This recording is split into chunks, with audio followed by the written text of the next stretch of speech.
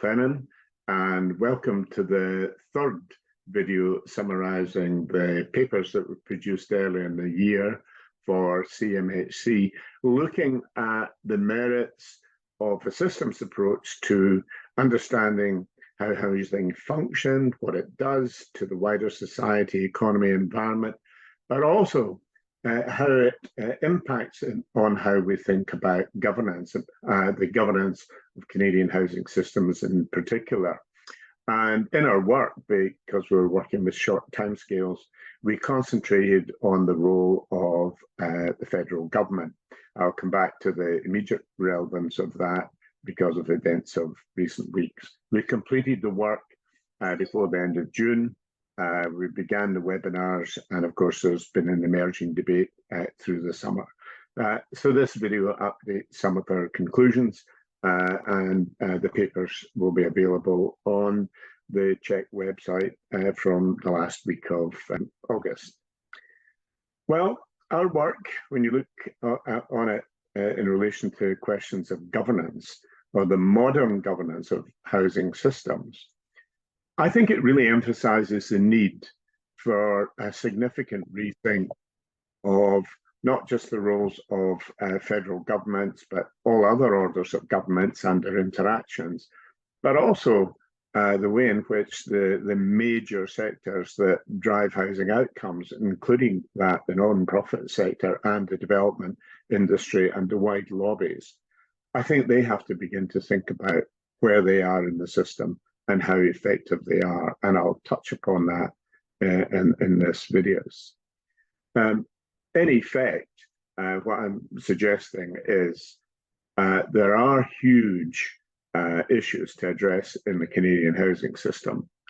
I personally don't believe that we will resolve them simply by applying more and more resources, in which there is going to be considerable fiscal difficulty over the next 5 years in doing so. I recognise more resources are required in particular areas. Nor will it be achieved by actually just deregulation, particularly of land markets and planning systems, because there are so many other constraints in the supply side of the system, and also because regulation does actually provide a positive outcome in certain implications. So what I'm suggesting is that the way in which we act, the way in which we govern, both within governments but also within organisations, we need to think differently about housing. We need to think much more collaboratively and look at the way in which better governance will actually supplement more rights and more resources to achieve much more effective outcomes. My sense is we will not achieve what lobbies and demand and governments offer unless we think about how we do things better than we presently do. The typical focus in discussions about governance is housing policy, defined as the expenditure programs that are controlled by housing ministries or some ministries closely connected to them. I don't think that focus is going to resolve our issues either. We actually have to think about how we govern the housing system. And that is a lot more than the palliative measures that constitute housing policy that fix outcomes that don't work. We have to take a step back and think how we govern the housing system. And one of the first steps in doing that is actually to look at the conventional mantras that are used by governments and lobbies. They'll say that housing policy, conventionally defined, is social policy. Housing is local. Housing should be provincial. Housing, if one talks about the market sector, it's in a well-functioning market system. If you talk to politicians about home ownership and the divide between owning and renting, which has been somewhat neglected, I have to say, in the hail of articles that have been bombarding the government in the last couple of weeks. The notion that it's a well-ordered escalator and we all progress, just these mantras, and also the mantra that housing policy is conventionally defined makes a real difference. They're basically no longer relevant or no longer accurate. Housing is social. It's much more than social. It's economic and affects productivity, affects the distribution of income, affects the stability of the economy in ways that are not actually effectively recognised in policy making. It's environmental.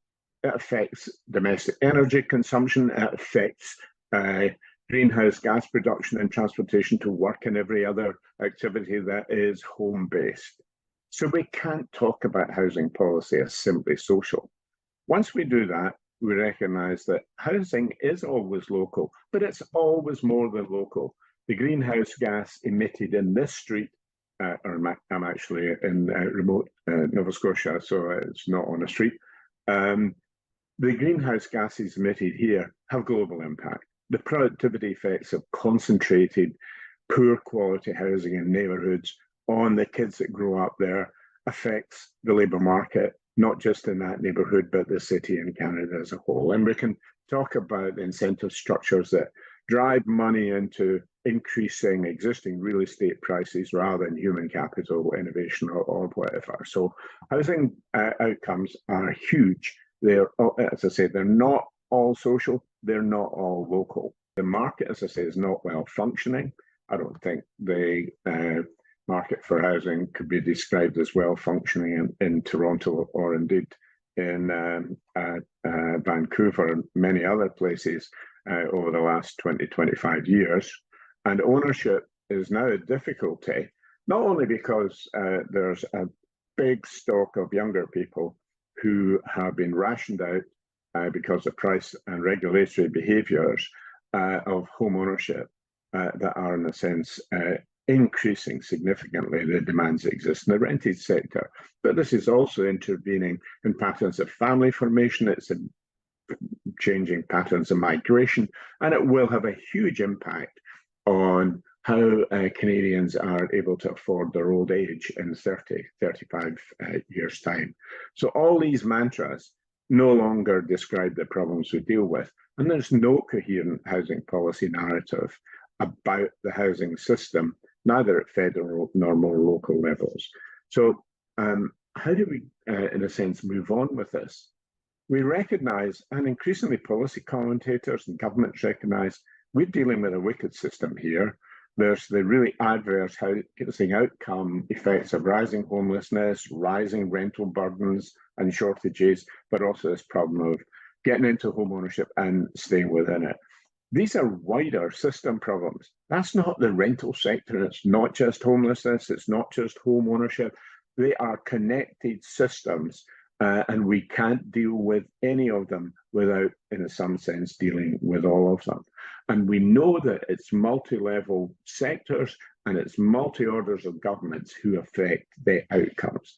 So the notion of housing as being exclusively or primarily the responsibility of a single level of government may actually be a constitutional position or a political position, not necessarily determined by the Constitution, but it's not one that is relevant to modern democracies dealing with these complex, wicked housing system issues. And in dealing with these, we also have to challenge the mantras that the development industry is effective. Well, is it? What about land markets in our metropolitan areas? Is it just about planning problems? I don't think so. There's behavioural and strategic speculation problems in construction and land development sectors that get very little profile in discussions about housing policy in Canada. And indeed, in the context of the non-profit sector, there's an implicit assumption or an expressed desire that the sector is really effective and delivers really good dollar for dollar outcomes in particular areas. Well, actually, when you contrast the non-profit sector that people want to double up to national OECD averages, in other OECD countries, and I'm thinking particularly of Australia and the UK, where there are similarities, there have been revolutions in scale of organizations, there have been revolutions in the roles of organizations and revolutions in their financing that have hardly touched the Canadian sector. Now, I happen to agree that we need a bigger non-profit housing sector, but we have to be honest about the need for new governance, new approaches, and not just within government. You will not see that argument appear in most of the press coverage about how Mr. Trudeau should do better. It has to. So the focus on our final paper was on governance and the federal role in particular. The Prime Minister's remarks, where he was suggesting that housing responsibilities, and I think he must be referring to social responsibilities, are primarily provincial in nature, that the federal government wants to help but has no courage. Actually, in the same week, the Prime Minister of Australia was making more or less exactly the same statement after a cabinet meeting, although he was announcing additional $4 billion for investment in the non-profit sector and talking about the need for further change. I think that Prime Ministers are dealing, in a sense, with many of the same issues. And we also have recent reports from Brookings in the United States saying it's largely the states that will deliver housing policy change. Now, I think that all these arguments are right, but also accepting that we have to deal with this question that the federal government wants to help and it wants to have courage. Well, what I want to do as we go through this discussion is make very clear why the federal government should help, given what I've said about the death of the old mantras, simply about localism, but also provide a couple of strong horses to pull Mr. Trudeau's carriage through more local scales of operations. So I think that we have to rise to this challenge. As I say, I don't think many of the commentators actually have. And I think that what we need to put at the heart of this is an effective system of collaborative governance across different silos and across different orders of government. If we don't do that, all the strategies that are being proposed will fail or be unduly expensive.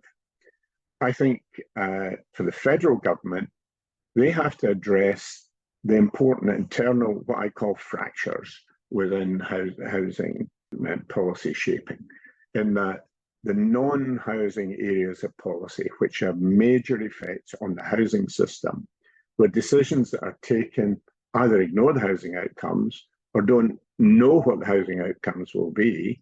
And here I'm talking about aspects of monetary policy, prudential regulation policy. Prudential regulation policy may have boosted the demand for rented housing as much as the now much discussed increase in demand from overseas students, which I also happen to agree with some of the commentators, needs to be financed rather differently. But in that setting, environmental policy, immigration policy, fiscal policy are all major shapers of housing outcomes. In fact, in the system we deal with in the Canadian context today, they are actually much more important drivers of housing outcomes than so-called housing policy. So that the first step in all of this is that the federal government has to resolve the fractures that actually, in a sense, help shape the major problems that the wicked system faces. And in the wicked system, I think there are two inherent problems. One is the fact that there is significant under-provision of non-profit or other housing for households who will never really be able to afford to live in a decent home in a market setting, renting or owned. So let's recognize that's a lot more than 3.5% to 4% of the population, and maybe as much as 15%. So that's a massive failure of Canadian government policy over the last 25 years in particular. Was not so before then, that needs to be addressed. The second is, and underlying it, is the fact that real housing prices and rents have risen ahead of wages and incomes for the last 20, 25 years. That's the basis of the affordability problem. Is also the basis by which a saving system for home ownership has become a speculative system. The biggest speculators in Canadian housing system are not the landlords that get much discussed under financialization, renovation, etc., etc. Well, that's an issue.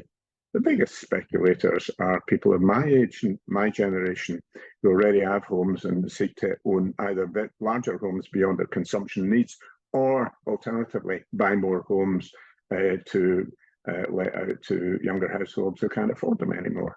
So that we need to think about the way in which these systems, these key problems, are actually addressed by government. So we need, in the context of federal government, to think about what are the fractures it creates.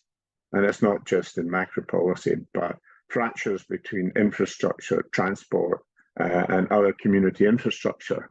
I recently travelled from Toronto to McMaster in Hamilton by bus, and I was astonished at the landscape that had been created there in terms of separated housing, separated employment, and absolutely congested landscapes. And I don't think that's an outcome that Canada can be proud of. And it's certainly not a functional outcome for the economy, nor particularly for a carbon sensitive government. And we have to think much better about how these policy fractures get dealt with.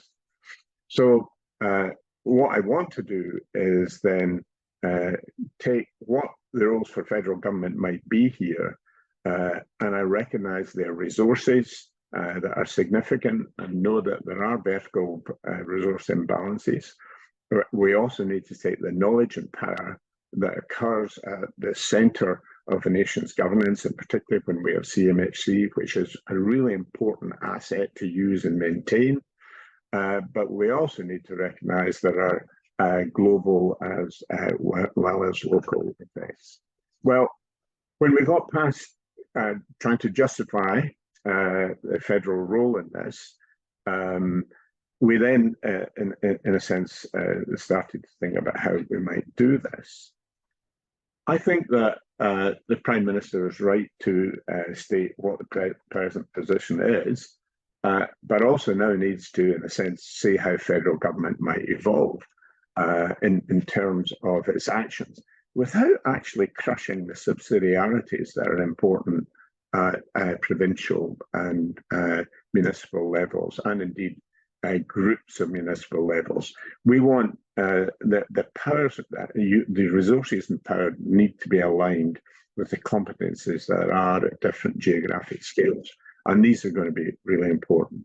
So my 6 big governance changes that we need to be looking to.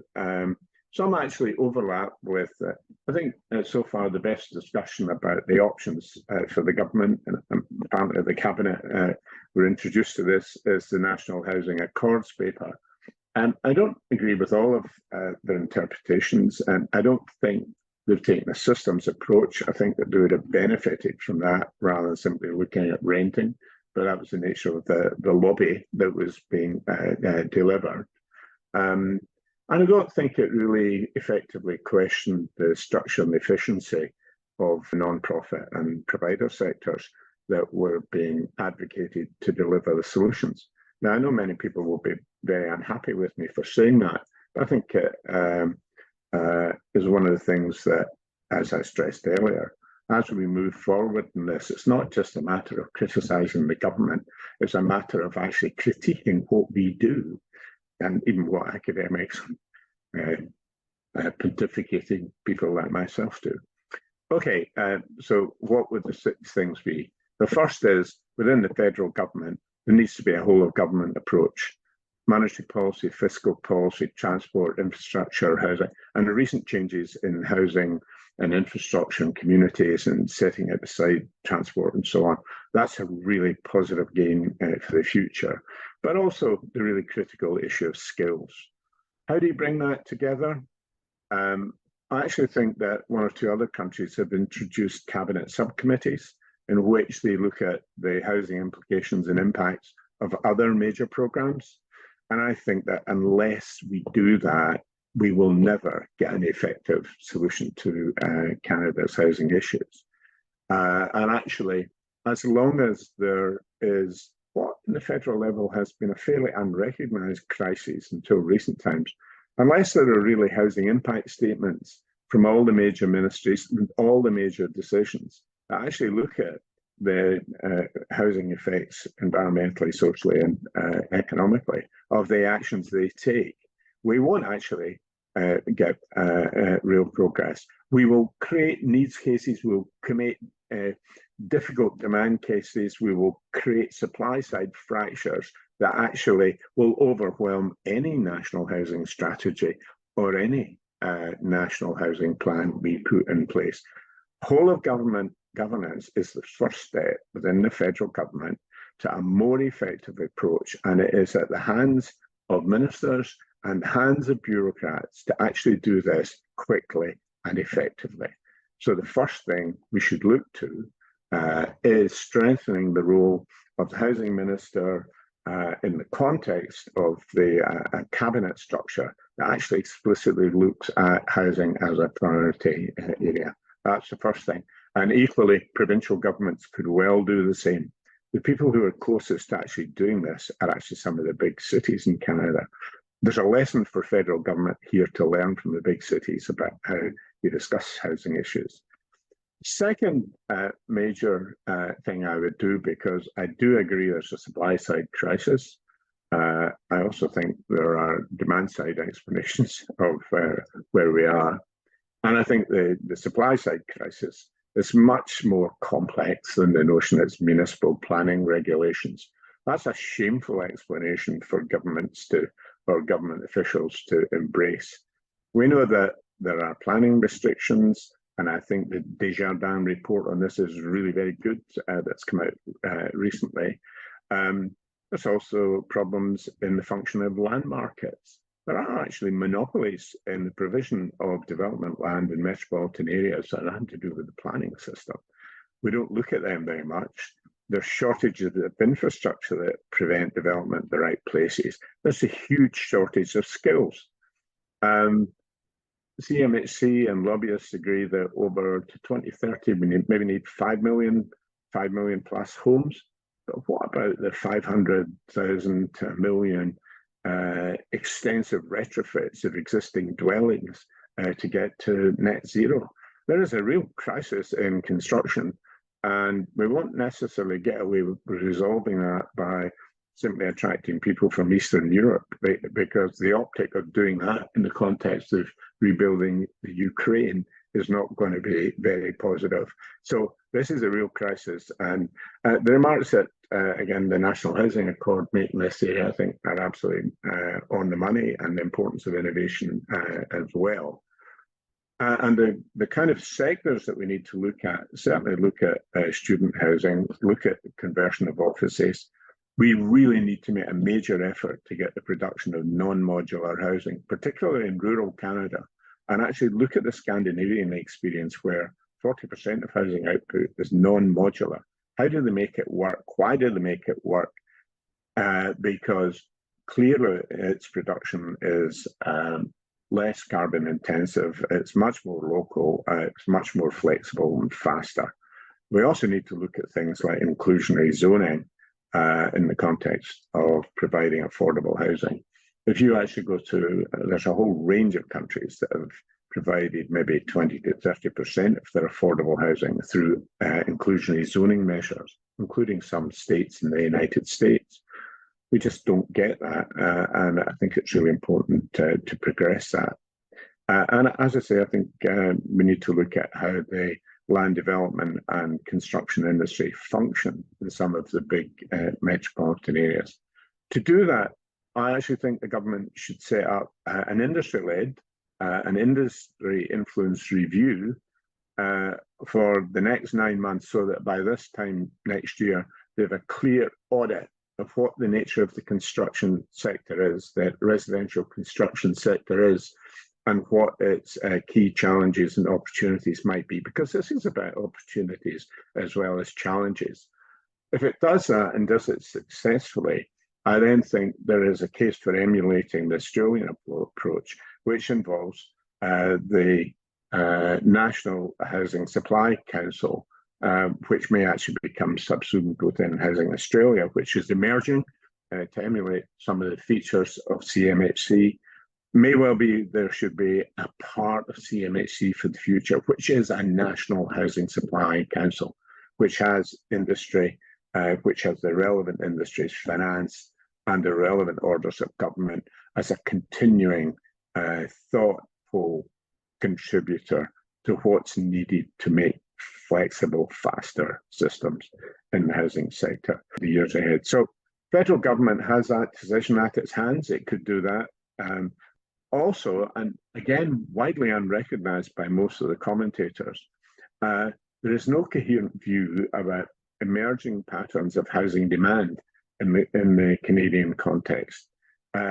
In terms of some broad numbers, yes. In terms of more disaggregated kinds of numbers or kinds of places that will change.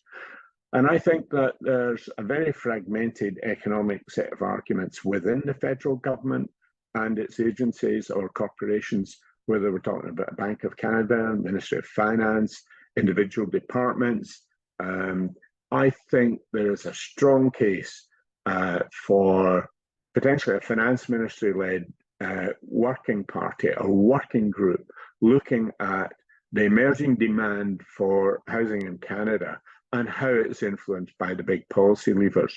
There's lots of discussion about this, as I've already done, and as other commentators have, that's actually not well modelled. We're going from first principles here. There has to be much better modelling of the demand side and how it will impact the major shortage localities of the major cities.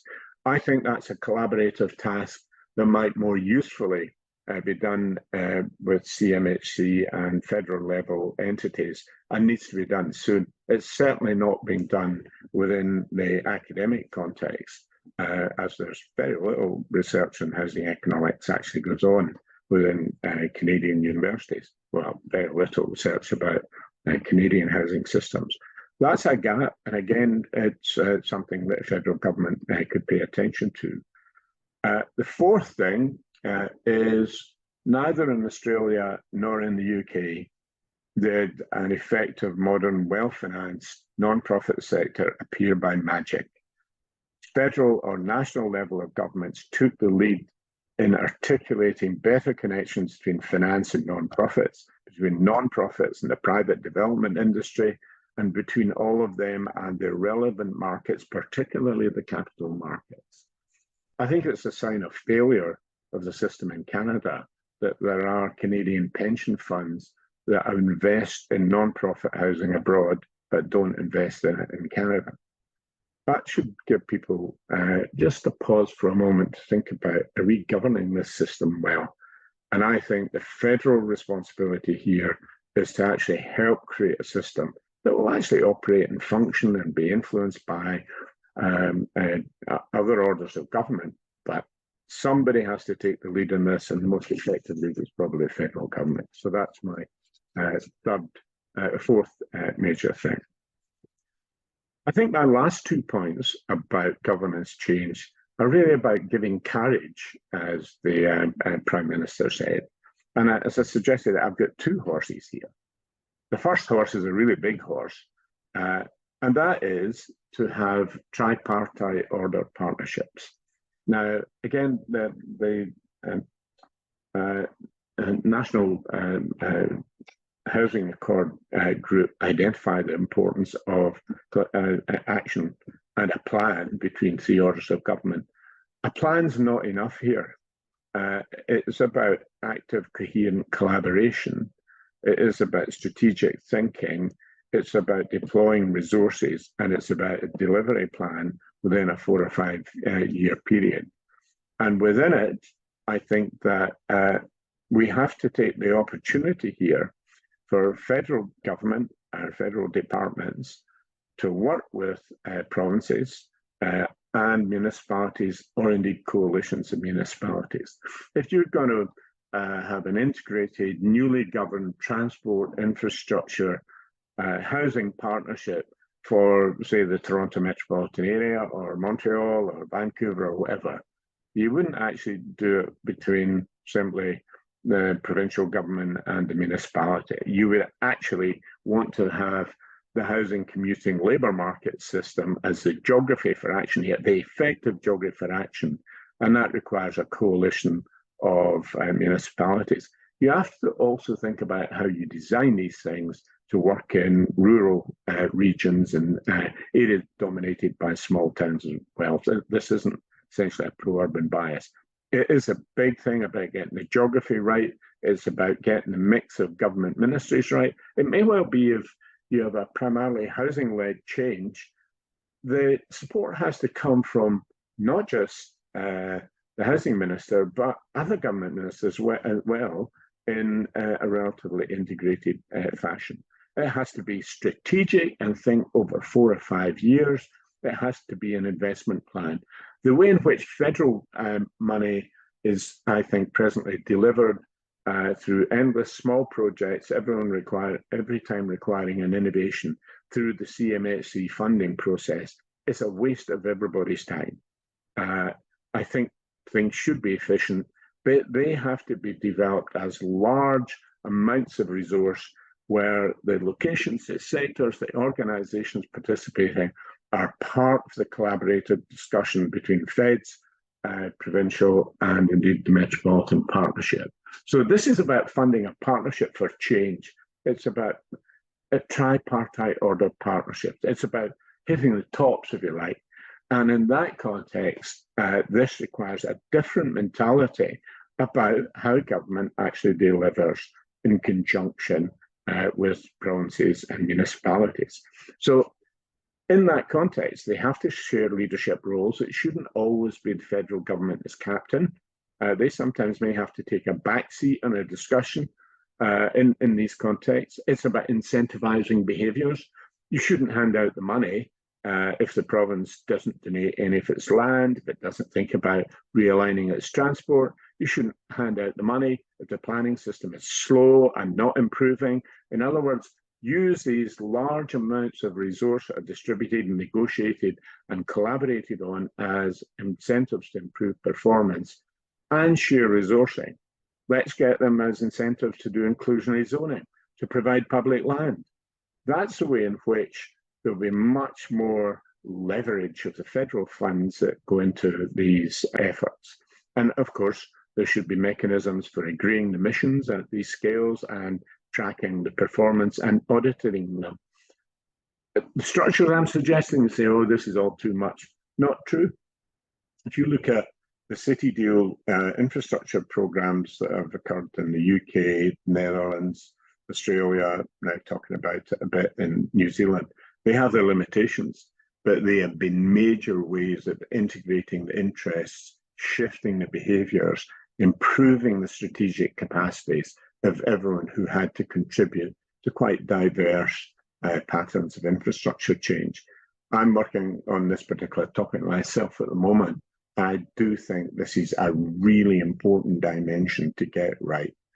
As I say, the National Housing Accord touched on it, but this is much more than a plan. This is about a shift in collaborative behaviour.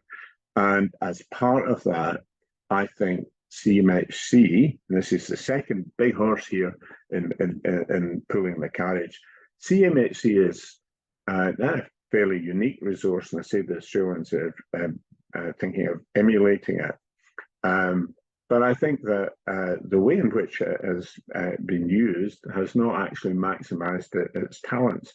And I do think that a federal government that wants to, in a sense, see that change also takes place in a collaborative fashion locally has to have a reach from its own desk in Ottawa down to communities, down to groups of municipalities, down to provinces. And it can't do that through its line departments. Having an agency that is about collaborative governance of programs, and it would have to look to integrate housing and infrastructure and perhaps some other functions. And it would have to be, in a sense, the federal government's partner and facilitator and catalyst in developing these partnerships. These partnerships, as I stress, are not just for the big cities. In the UK, it was the major cities that took the city deals in the first tranche. They evolved into something called growth deals, where rural regions would also have a negotiated arrangement between national government In parts of the UK, there's also Scotland, Northern Ireland, and Wales have the equivalent of provincial government. But the Glasgow City deal, for instance, and actually still sit on its governing body, although I live in Nova Scotia. It actually has spent the last 5 years. It's spent basically $2 billion in projects that have been agreed between the Westminster government, the Scottish government, not just the city of Glasgow, but the Glasgow City region. I actually think it's changed infrastructure outcomes and decision taking, and the heft of policy making and the insight of local policymakers really significantly. And I do think that there's scope for looking, I wouldn't call them housing deals, there can always be new names for things, but I do think that they are really important. And I think that CMHC could be extraordinarily important in delivering that change. People who talk about it slightly changing its tax arrangements and all that, they're all missing the point. They're all looking at tweaking the most recent development to make it happen and not thinking about wider system change. This is the time to grasp for a wider system change. Implicitly in what the Prime Minister said, he admitted this. The Housing Minister has been out articulating a very constructive case about how you think about housing going forward in Canada. But it is now really important that these actions begin to take place. There are some things that need to be gotten together. This is not about a long constitutional wrangle, and it's not about a long wrangle about equalisation schemes or anything else. It's about saying, how do we govern better? What can we do in the next year? How within a year can we actually be articulating ways in which we're going to do this differently? There's a lot of money in the system. There's about half the National Housing Strategy resource has not been spent. May well be it ought to be being reallocated towards thinking about how do you fund these big strategic tripartite partnerships that will have a duration of 4 or 5 years and actually deal with critical issues in critical areas of the country. I'm sorry that that presentation took a little longer than the 15 minutes I had planned, and I hope there are some useful things in there, and I'm happy to learn about how we should change these arguments and improve them. So thank you for listening.